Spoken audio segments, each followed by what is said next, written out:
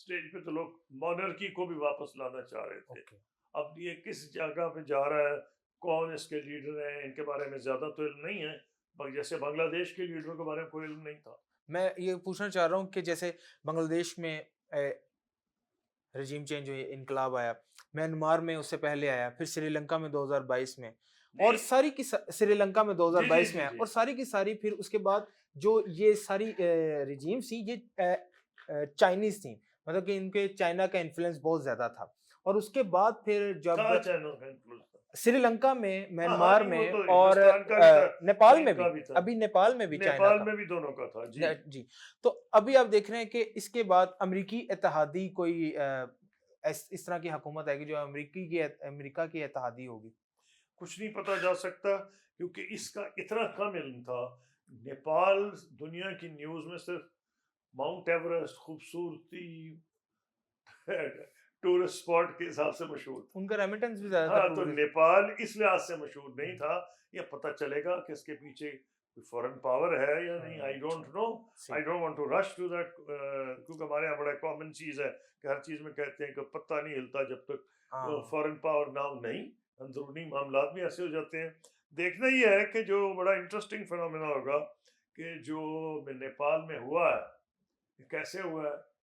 ایک natural genuine out burst تھا جیسے بنگلہ دیش میں ہو گیا, ایگزیکٹلی دا سیم تھنگ. ظلم کے خلاف لوگ کھڑے ہو گئے, اور جب وہ کھڑے ہو جاتے ہیں پھر وہ اپنی راستہ بناتا ہے. لیکن بنگلہ دیش اور سری لنکا ایک لحاظ سے خوش نصیب ہے کہ ان کو زیادہ دیر نہیں لگی, انہوں نے ایک راستہ ڈھونڈا کہ جی اب الیکشن ہوگا, اب دیکھتے ہیں ان کا کیا ہوگا, مجھے نہیں پتا. جیسے کہ ابھی ساؤتھ ایشیا کے اندر جو ہے یہ سچویشن ہے, مودی صاحب کے بھی ٹرمپ کے ساتھ جو ہے تعلقات خراب دیکھنے کو ملے ہمیں. پاکستان کی حالیہ سچویشن, پاکستان کی طرف ان کا کافی ٹلٹ تھا.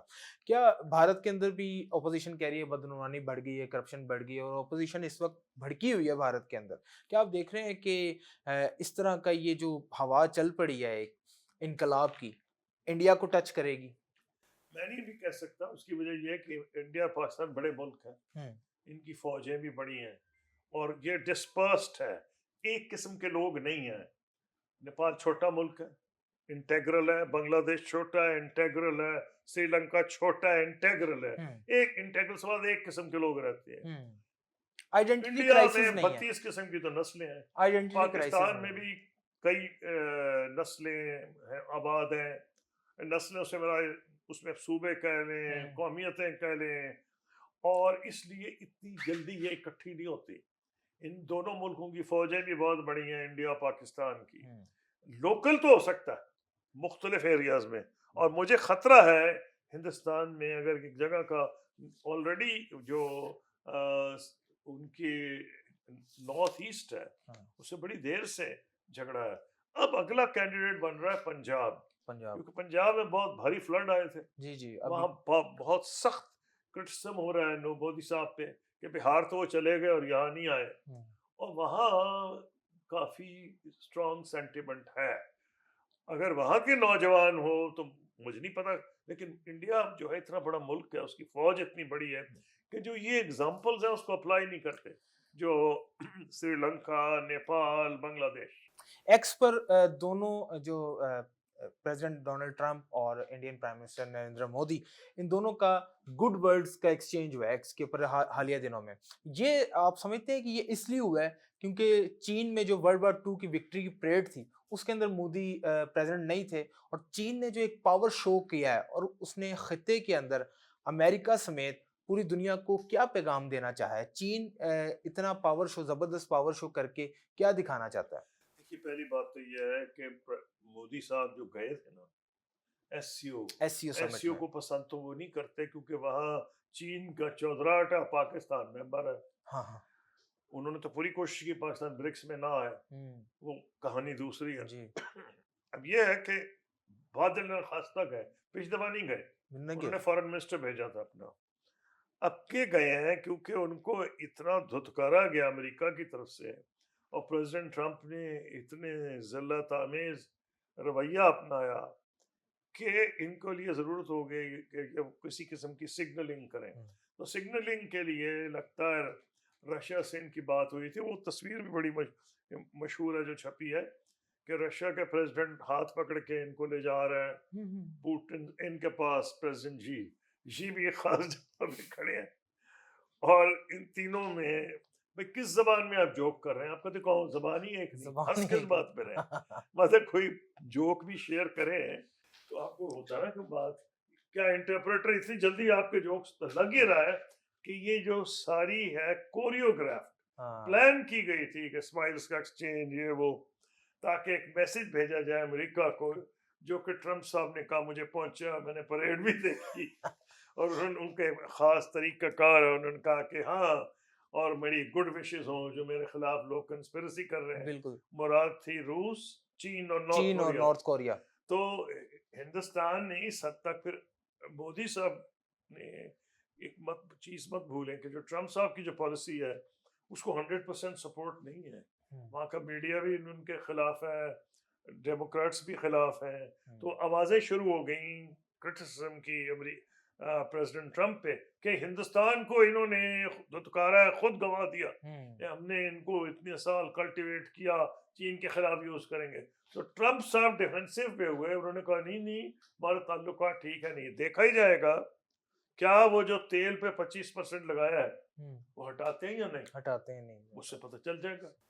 سر ابھی جیسا آپ کی زندگی بھی کافی گزری ہے انڈیا کے اندر, ہم نے آپ کے کافی انڈین چینلز کے اوپر انٹرویوز دیکھے, یہ جب سے مودی رجیم آیا ہے, یہ مودی صاحب آر ایس ایس, میں بار بار صاحب کہہ رہا ہوں کہ ہماری ٹریننگ اس طرح کی, آر ایس ایس کے اتنے شکنجے میں کیوں ہیں, اور سوارکر آئیڈیالوجی ان کے اوپر اتنی حاوی کیوں ہے؟ پہلی بات تو یہ شاید یہ اس میں شروع سے ہی بلیو کرتے تھے. حاوی کی بات, آر ایس ایس کے تو پرچارک وہ بھی رہے ہیں پرائم منسٹر واجپئی, اچھا, اور میری ان سے بھی ڈیلنگ تھی. وہ تو ایک نفیس قسم کے آدمی تھے, انتہا پسند نہیں تھے وہ, پوئٹ. جی انتہا پسند نہیں تھے وہ واجپئی صاحب, نہیں وہ نہیں تھے, وہ ایک بلکہ قسم پوئٹ تھے. انہوں نے لاہور میں نظم پڑھی تھی جنگ نہ ہونے دیں گے, بڑی مشہور تھی, میں موجود تھا وہاں. تو وہ اور قسم کے آدمی تھے, پڑھے لکھے, ان میں اور ان کی مطالعہ زیادہ تھا, تجربہ زیادہ تھا. مودی صاحب اور قسم کے ہیں. مودی صاحب گجرات سے آئے, اور گجرات میں جو بگننگ تھی آپ کو پتہ ہی ہے, بچر آف گجرات, مسلمان فسادات جو تھے, آج تک مودی صاحب کا اپنی جان اس سے نہیں چھڑا سکے. ہر جگہ پہ اس کا تذکرہ ہوتا ہے, کیونکہ ان کی چیف منسٹری میں ہزاروں مسلمان قتل کر دیے گئے. اب پوائنٹ یہ ہے کہ یہ اور قسم کے ہیں, اور انہوں نے جس قسم کی کنسٹیٹوئنسی بنائی ہے اس میں جتنی دشمنی مسلمانوں سے یہ دکھائیں گے. انہوں نے ہندوؤں کو اکٹھا کر لیا ہے. پہلے فارمولا ہوتا تھا کہ سب کو ساتھ لے کے چلو تاکہ ووٹ پڑیں گے. انہوں نے فارمولا یہ بنایا کہ مسلمان کرسچن سے بھاڑ میں جائیں, میں نے کٹڑ ہندوؤں کا ووٹ لینا ہے, اور مجھے 35% پڑ گیا تو میں جیت گیا, کیونکہ فرسٹ پاس دا پوسٹ ہے. ان کے خلاف 65 پڑے, 66 پڑے, ان کے صحت پہ اثر نہیں. لیکن ہندوستان کو کھوکھلا کر رہے ہیں. اس حساب سے میں نے کہا نا, سکھوں میں بڑا غصہ ہے اس وقت, کرسچنز میں غصہ ہے, مسلمانوں میں تو ہے ہی, جو اتنا انہوں نے ان کا حشر کیا ہوا ہے, اور ہر قسم کا ان پہ ظلم کیا جا رہا ہے. تو یہ میں یہ سمجھتا ہوں کہ مودی صاحب کے بھی گلے پڑے گا, اور ہندوستان کے لیے اچھا نہیں ہے. تاریخ دان یہ بتائیں گے کہ ہندوستان کی جو مشکلات ہیں ان کے دور میں آسان نہیں بلکہ بڑی. ابھی جو مارکہ ہے قربانیان مرصوص سے گزری ہے انڈیا پاکستان وار, آپ کیا سمجھتے ہیں پاکستان کی جو فارن پالیسیز تھیں کس طرح سے اسحاق ڈار صاحب نے پرفارم کیا, اور اگر آپ اس وقت فارن منسٹر ہوتے تو آپ اس سچویشن میں کیا کرتے؟ پہلی چیز تو یہ ہے کہ پاکستان نے جو 4 دن کی جنگ ہے اس نے جیو اسٹریٹجک حالات ہی بدل دیا ریجن کے, اور جو ہندوستان نے ایک جھوٹا امپریشن بنایا تھا 2 دہائیوں سے, اور زبردست ان کو ویسٹرن میڈیا سپورٹ کر رہا تھا کیونکہ چین کے خلاف ان کو بلڈ کر رہا تھا, بڑی پاورفل اکانومی, بڑی پاورفل فوج, اور یہ ہمیں کہا جاتا تھا انٹرنیشنل کانفرنسز میں, او بھائی آپ بس کریں یار, ہماری تو جو ڈیفنس بجٹ ہے آپ کے بجٹ سے زیادہ ہے. وہ بھانڈا پھوٹ گیا, تو اس کا کریڈٹ پورا کا پورا ہماری ڈیفینس فورسز کو جاتا ہے. اور I would also like to compliment the government of Pakistan foreign office کہ for conducting itself with dignity. Hindustan کی طرف نہیں تھا کہ جو ان کے مثلاً جیسے وزیر زبان استعمال کر رہے تھے بھوکا ماریں گے پیاسا ماریں گے یہ کر دیں گے.